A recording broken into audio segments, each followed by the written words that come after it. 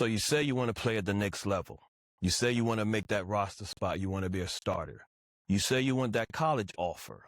You say you want to be confident under pressure. You have to accept the fact that in order to accomplish these goals, there has to be some actions that's required. This isn't about the hype. It ain't about who you tell. It ain't about how much you talk about it. It's about doing something every single day that's going to get you closer to the goals that you have and that you set forth for yourself.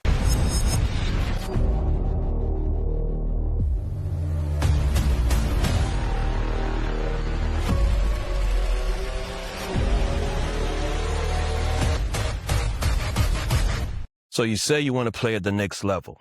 You say you want to make that roster spot. You want to be a starter. You say you want that college offer. You say you want to be confident under pressure. But here's the deal. You can't wish for it to happen. You have to accept the fact that in order to accomplish these goals, there has to be some actions that's required. And you have to be willing to accept the fact that you are going to be the one that has to take this journey in order to achieve these goals that you want. This episode is about that. How do you set the foundation for the goals that you say you want? What are the steps? What are the things that you have to be aware of in order to reach those goals? This isn't about the hype. It ain't about who you tell. It ain't about how much you talk about it. It's about doing something every single day that's going to get you closer to the goals that you have and that you set forth for yourself. There's absolutely positively nothing wrong with having high goals and high aspirations for yourself, but you have to realize in order to achieve those goals, you have to do the work. And you don't just do it once. You have to be consistent with doing the work. If you stay with me for the next couple minutes, I will help provide for you a simple plan that you can start implementing in order for you to get better, for you to have more confidence, and for you to start separating yourself from the competition. And now you'll put yourself closer to achieving those goals. As I've gone through training my athletes, there's one game you'll have a great game, the next game you'll disappear, and it feels like you can't do anything right on the field. It looks like you're not even on the field. You'll have zero stats, zero stat lines. You feel a little bit left behind because you start looking at your friends, look on social media, you see what they accomplish in their games. If you happen to be a collegiate athlete, you compare yourself to some of your friends who went through the same pathway as you and got to college at the same time as you, and they may be having a better week or a better month. And so now you start comparing yourselves to them. That happens to everybody. Here's the thing.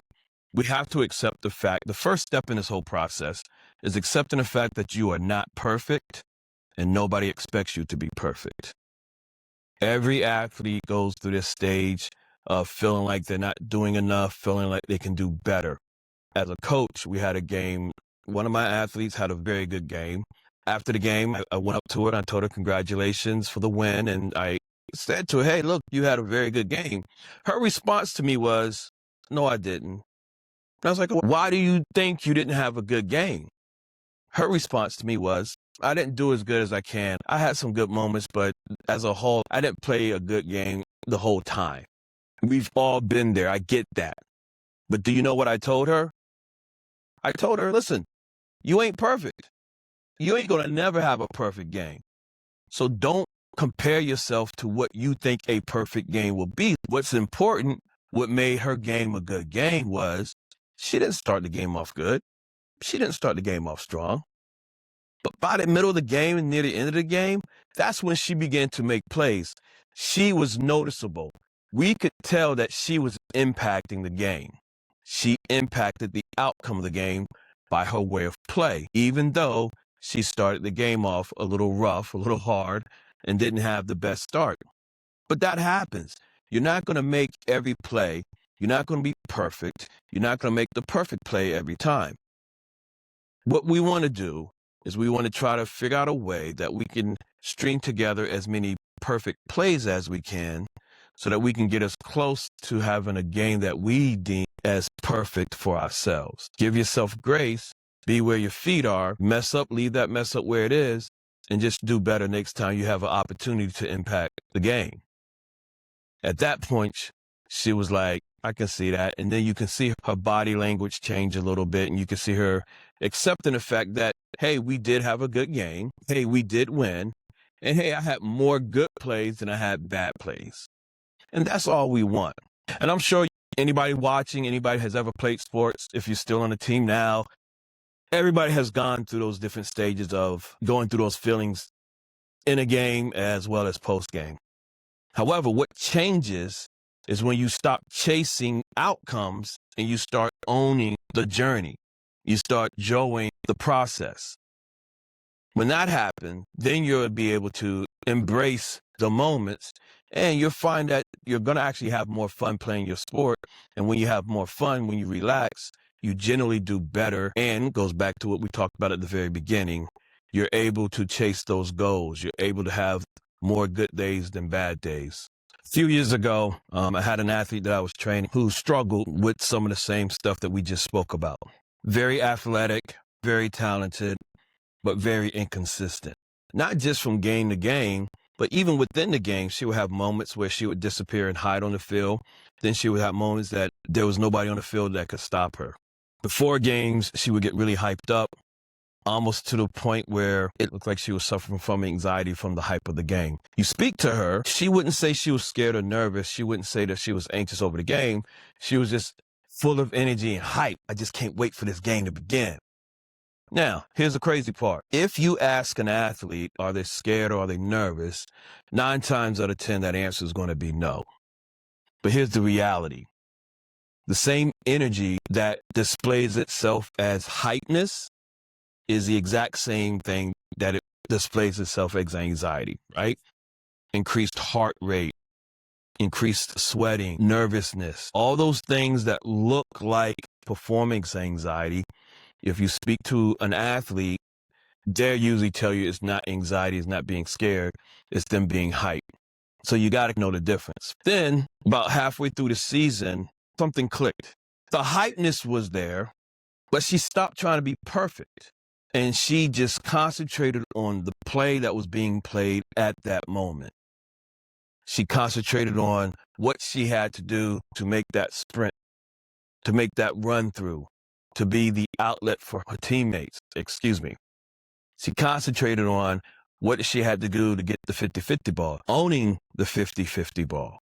So all those things she started to do, and when she started to do that, then she started to be more consistent at everything she does. Well, how did she get there? Let's break down some of the things that she did that you can implement yourself.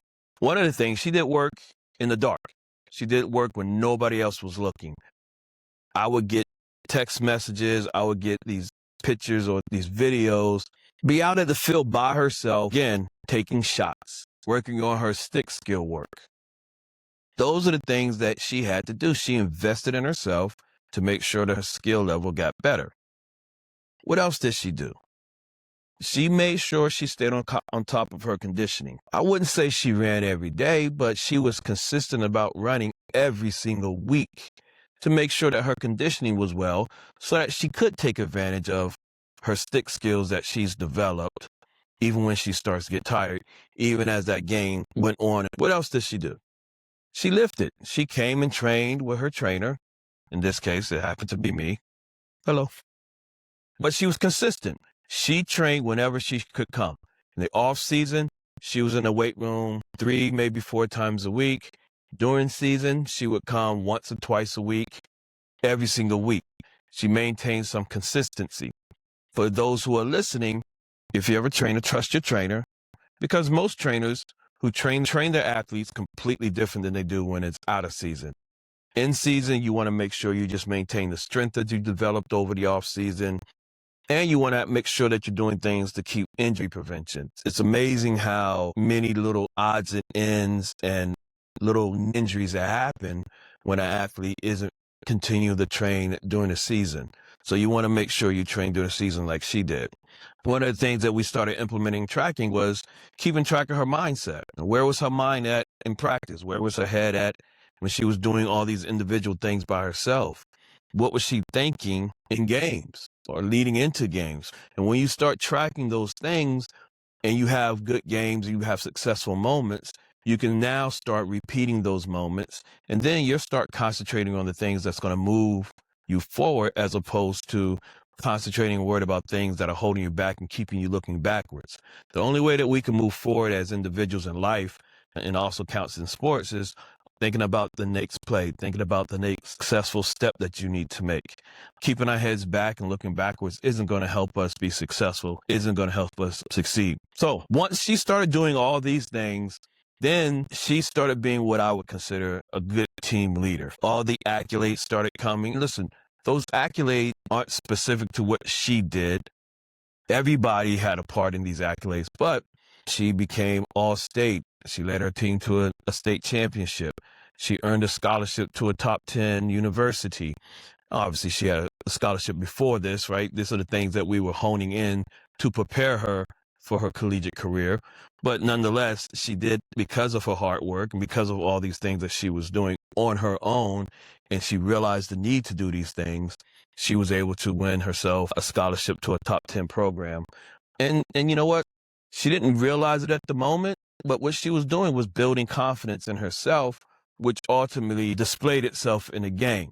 So again, she set the right, strong, good foundation, and then she started building on top of this foundation. And as each brick was laid, so to speak, she was more successful, more comfortable, and more confident.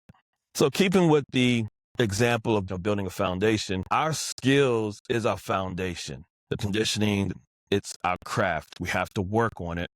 And the more we work on our craft, the more we're able to play with confidence and to play freely when we get on the field. That is huge. Here are some of the things that I believe in as I coach and train my athletes. Focus on precision before speed. Focus on getting the skill set down before you try to do it too fast. As you get better, you increase the speed. The next thing, you will be able to do that skill set fast without even thinking about it. We call that muscle memory. Second thing, 20 minutes of doing something every day is better than doing something for 2 hours, not doing it with a purpose, not doing it with precision, not doing it with the intent of getting better. We want to make sure that we're doing quality work as opposed to just doing things just to say we're doing it. We're not just doing it for the gram. We're not just doing things just to make it look pretty when we're doing things on a camera, when the camera is on. Want to make sure we do good, consistent, quality actions and skill development for ourselves. Right now, I train a lot and I coach field hockey. So when we're talking about field hockey, we need to have ball control. We need to be able to move with the ball fast on our sticks. We need to have accurate passing instead of passing blindly to an opponent sometimes. We need to make really, really quick decisions. Now, one of the huge gaps that I've seen in my athletes that I train is the quick decision piece. You have to make quick decision in high school. That will give you an advantage. However, if you're fortunate enough to make it to college, that no longer becomes an advantage. It actually becomes a requirement. So in high school, you have to make these fast decisions in order to give yourself an advantage. In college, everybody's quick. Everybody has skill sets. Everybody can do pretty much anything they put their mind to and want to do. So the thing that's going to separate it is the quick decisions is now mandatory.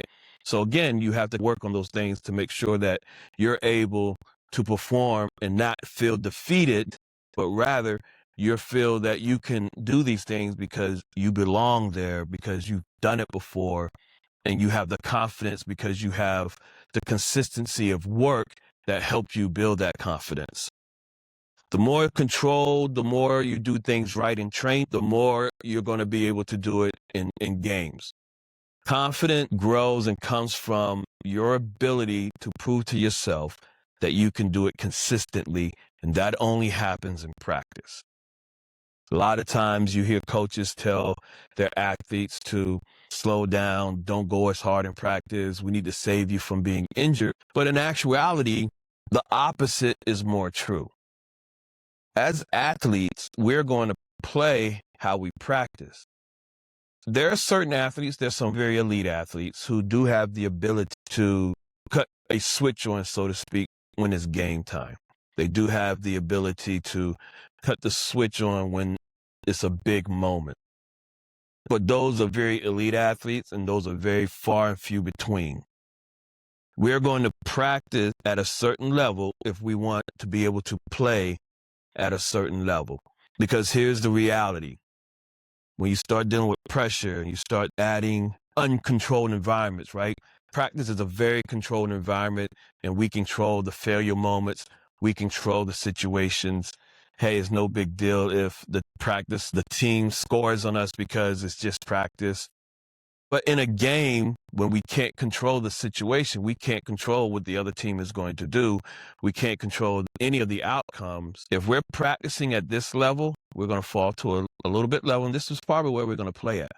If you're not practicing at a certain level, 9 times out of 10, you're going to have a hard time cutting that switch on and performing to the level in which, A, you want to, and B, that probably your team needs you to perform in these big games and in these big moments.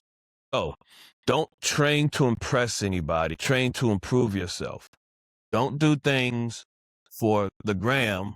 Do things with the purpose and intent on getting better so that you can perform and have the confidence on the field of play that you're going to be able to accomplish everything that you need to be able to accomplish when you need to accomplish those things.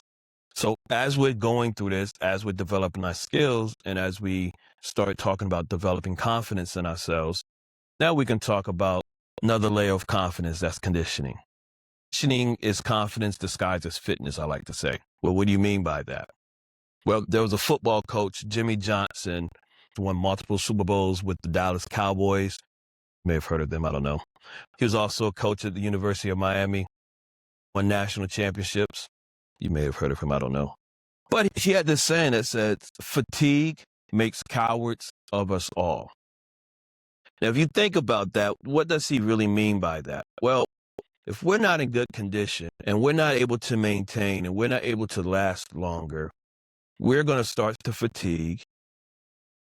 We're more concerned about getting a break. We're more concerned about our lungs burning. We're more concerned about when's coach going to pull me out, or when are we going to get a timeout?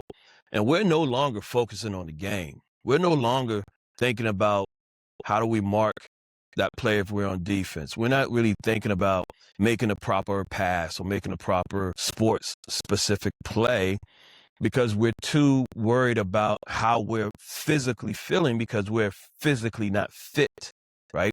So that's what Jimmy means by fatigue makes cowards of us all. What happens when we get tired on a game? Well, the first thing that we start doing, we start making mistakes. You've been there. You felt that.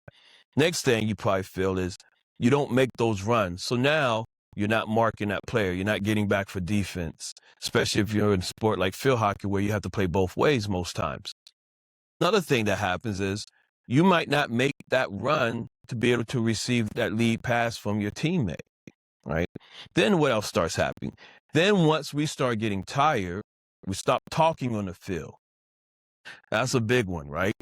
Stop talking on the field. When you stop talking and communicate, you're giving your opponents an advantage over you, and you're putting yourself and your teammates at a disadvantage. Whenever you have those things happening, that's when we start feeling like things will start to crumble. And I like to say the abyss, the hole gets deeper and darker, and it becomes harder for you to pull yourself out of that situation. So what we need to make sure we do here is another thing for you to implement. What you want to make sure you do is you want to create scenarios and situations for yourself where you're mimicking game speed. You're practicing your sprints. You're doing your sprints in intervals. You're doing sprint repeats. But you're also making sure that you're recovering and making sure that your body is able to recover on your off days or your non-playing days so that you can perform at your peak when you're asking your body to do those things. Great conditioning lets us stay sharp and lets us stay focused on the things we need to focus on, and it keeps us from worrying about the things that have no relevance in the game. And a lot of times it creates a scenario where we start thinking about things that could ultimately cost us the game. Here's something that you can keep in mind. This is, again, perspective, right? You can't control who's faster than you. That's controlled by your DNA. Got a problem with that? You might want to sit down and talk to your parents because they're the ones that gave you their DNA. But seriously, though, you can't control who's faster than you. However, what you can control is who lasts longer than you. And how do you control that? Making sure that you're staying on top of your conditioning. It's hard. Nobody really loves doing it, but it makes a huge difference. And if you are a person who likes to enjoy the games that you play, the better condition you're in, the more you're going to get out of the games, and they don't just become hard and tedious for no reason. So we talked about skill development. We talked about conditioning. Now let's talk about building strength. Again, as an athlete, we don't go into the weight room to be a bodybuilder. We go into the weight room to develop power, speed, and function. We want to always be ready for whatever it takes on the field, right? We want to make sure that you're doing things in a weight room that's going to help, again, build confidence. What kind of confidence? Well, the stronger you get, the more confident you are at everything that you do. I found in 15 years that when I have my female athletes get stronger and develop more strength, the confidence that they gain from that, being able to do things that they didn't think they could ever do, they start implementing and applying that to the rest of their lives. Their schoolwork becomes better. The way they play is more confident. What they do is more confident. Leadership is confident. Everything just builds, right? Not only that, those athletes learn to start dominating on the field because they know that they can ask their body to do certain things and they're successful at doing it. They also have more body control. The stronger you are, right, the better you're able to control things, the faster you're going to become because you can develop force into the ground, which is going to ultimately help you become a faster player as well. Making sure that you're developing the right muscles, right? You want to concentrate on lower body, core stability, balance, and grip for certain people like my field hockey players. Having good grip and being able to control their stick is a game changer. Strong athletes play confidence because they trust what they can do. And when they ask their bodies to do things, they know that their bodies are going to perform at the level in which they need it to perform. So what do we want to do when we're doing workouts? How do we implement that? A lot of it is based on what your availability is, right? Again, field hockey players, they're playing in season, they're playing club, they're probably going to these recruitment tournaments. So in season, their time is very limited. But if you can find a way to get a good workout in once a week or once every other week, whatever it is, the key is to be consistent. In the off season, you can pick it up a little more, 2 to 3 times a week. If you're really advanced and developed and you really looking forward to playing at a high level, you could probably bump that up to 3 or 4 times a week. You want to work on all those different things that are sport specific to your sport. So in my case, again, field hockey, we want to do a lot of squatting, a lot of hinging, pushing, pulling, lateral movement, quick explosive movement to develop speed on that. The goal is to get bigger, stronger, faster, as consistently as you can and as often as you can. So let's bring all this together, right? Skill development, conditioning, and strength. How does all this build confidence? It's very simple. Confidence comes from doing things. The more you do things, the better skill set you have, the better conditioning you're in, the stronger you are. There's a certain air and a certain way of thinking that's completely different as you step on the field versus those athletes who don't do those things, right? Our work is to do things with a purpose, and that purpose is to improve everything that we do. We want to improve our skill set, we want to improve conditioning, and we want to improve our strength. We do those things, we can handle more things under pressure. We're not going to crumble under high-stakes situations, but we know that if we ask our body to do something, we'll be able to do it. If I ask my body to make that sprint, I know I'm going to be able to make that sprint. And like I said earlier in this podcast, confidence comes from repeatedly doing something and doing it consistently over time. Here's a quote for you. Confidence is built on the work that we put in every day. Let me say that again. Confidence is built on the work that we put in every day. So now, when you're going into your game and you start to get anxious and you start to get a little bit overhyped, I just want you to ask yourself this question. Did I do everything I was supposed to do? Did I do my skill set this week? Did I do my skill development this week? Did I work on my conditioning this week? And did I work on my strength this week? If the answer is yes to these things, you don't need to be worried about it because you've done everything you were supposed to. So going into the game, you can fall back on your training, and you can fall back on your skill set development. You can fall back on your conditioning. And you know that as a foundation, that's not going anywhere. So what's the action plan that you can take away from this? For athletes, here we go. What we want to do, we want to work on our skill development 20 to 30 minutes every day, preferably, if you want to be really good and want to be honest about it, every day, 20 to 30 minutes skill development, minimum 3 days a week. Conditioning, we want to do 15, 20 minutes of speed and agility work. Again, we want to make sure we're doing things that make sense to do. We don't want to overdo it, especially if this is something that you start to create and build a foundation. There's more advanced ways of doing things that we can discuss later on. But for right now, just to have yourself a plan, write these down. 20 to 30 minute skill development, 15, 20 minutes of speed work, 2 to 3 full body workout sessions a week. And then we want to talk about mental training. We want to spend 5 minutes a night, and this is just a good place to start. 5 minutes a night reflecting on the day. Did we get the things in? Did we do our skill development? Did we do our conditioning? Did we do our strength development? Write down journals. I have a lot of my athletes right now journal every week, giving themselves feedback of what happened in the past week in practice. Monday, what was good? What was bad? What do you think you need to work on? Tuesday, every single day, journaling and writing it down, not just thinking about it or typing it in your phone. It has been scientifically proven that if you write these things down, it usually sticks with you a little stronger, a little harder. The other thing we want to do is visualization. Visualization is huge. Again, we're going to talk about this later on in a later episode, but the more you visualize things, the more successful you're going to be. Our brain has no way of determining if something is real or not. There's an example I always give to my athletes is that, has anybody ever had a nightmare? You had a nightmare, you wake up from that nightmare, your body is reacting to what was in your head that you were dreaming about that was the nightmare, right? So in our mind's eye, it was real. So we're going to react, our body is going to react to what we visualize as if it is real. So we can use that to our advantage, right? Visualize making a good play. Visualize doing the things you're supposed to do. Visualize yourself making those sprints. Visualize yourself setting up for defense. Visualize yourself winning those 50 balls.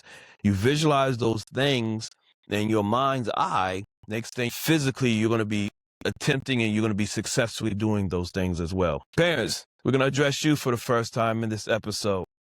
Listen, we don't want to add to the anxiety on the kids. We don't want to make our athletes and our daughters and our sons, if it's the case, we don't want to add to the anxiety as they're taking this journey and as they're starting to create and enjoy this process. So instead of asking questions like, did you win or were you successful? Ask the question, what did you work on today? There's no pressure. You're just simply asking, what were some of the things that you've done, right? Praise the consistency, not the outcome, right? So instead of saying, hey, I know you were doing time runs this week, or I know you did some time runs in training. What was your time? We don't want to focus on that outcome. We just want to focus on praising the consistency. Give them praise for showing up, doing the work. We got to trust parents. You got to trust the process too, right? You got to trust that the more work your athlete puts in, inevitably they're going to get better at whatever it is they're working on. The other thing we can do, and I know all of my parents that I train their kids do a great job of this, support, making the meals for them, making sure they're eating right, helping them with their schedule, hopefully making sure they get the proper rest and recovery. All those things are very key, and all those things are very important on the progression and the progress of these athletes as they go through the process, pursuing their goals of making a roster, getting on the field, getting recruited, and actually playing collegiately. We'll have those conversations about that in later episodes as well. What you do daily directly impacts what you can accomplish weekly. And then who we are on a weekly basis directly impacts what we become throughout the season. This is a journey. If you're an athlete and you're taking this journey, you're probably listening to this podcast for a reason. This is a journey, and we have to take this journey step by step. There are no shortcuts. You got to do the work. You got to be consistent, and you got to enjoy the process. I have a challenge for you for this week. The challenge for this week is pick one of the three things that we talked about today: skill development, conditioning, and strength. Pick one, just one. Lock in, be consistent, and do it for 7 days straight. Again, when we're talking about this, each one of these things we want to do 20 to 30 minutes. So it's not a huge investment of time, but there is going to be some investment that you have to have if you want to have the ability to accomplish the goals that you set for yourself. Don't skip, track it down in a journal, making sure that you see your progress. Say you want to do skill development for 7 days, you want to write that down. So now you're holding yourself accountable about writing it down, because if you skip a day, that means you have to skip a day in writing that down in your journal, right? So the challenge is pick one of three, lock in, hit it for 7 days a week. I promise you this: if you do it, you're consistent, watch what happens. Watch your confidence rise. Watch your development of those skills and your conditioning get better and your strength get better. Watch how your confidence grows just by you holding yourself accountable, doing the work, and that doing the work consistently, I'm telling you, is going to lead to more confidence. If that's what you want, that's what you're looking for, this is what you have to do. And guess what? That confidence is going to help you reach those goals of making the team, getting on the roster, starting, getting recruited, playing collegiately, or whatever the case may be. So if you found any of this information beneficial, or you liked any of this information that I heard today, share it with a teammate. Not just share what you've learned, share the episode with your teammate. I think it'll be beneficial, and it'll help. If it's going to help you level up, believe me, it's going to help your teammates level up. And if you get other teammates to level up, who knows how good your team can be? Who knows how good you're going to be individually? But if you have your teammates getting better and leveling up, things can happen. You got championships, you got conference wins, you got district wins, you got regional wins if you were playing in high school. Iron sharpens iron. Help each other, build each other up, and see where each one of you can go and how good each one of you can be.